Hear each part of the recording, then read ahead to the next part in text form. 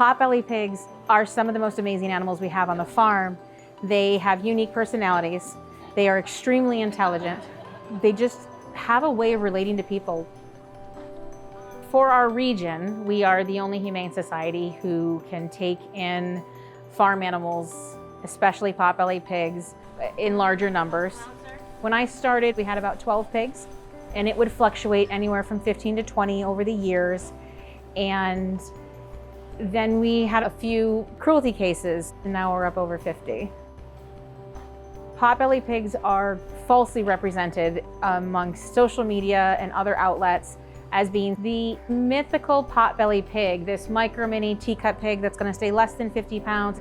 And the only way to have that happen is by underfeeding so that they don't get too big too quick. And that actually just causes health problems for the young pig. It's important for adopters to fall in love with pigs and know who they are for what they are, not for what the idealistic image of what they want them to be. We just do our best to try to educate, to put everyone on the right path so that an adoption is going to be successful. These two pigs here are Mistletoe and Tinsel. There was a situation where the police had to go onto a property, and in the midst of looking into something and investigating, dogs were accidentally put into the backyard with these two pigs, and they attacked the pigs.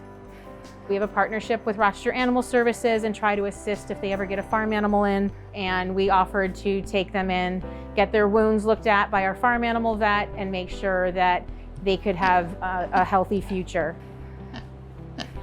Many of our potbellies will stay with us an extended period of time.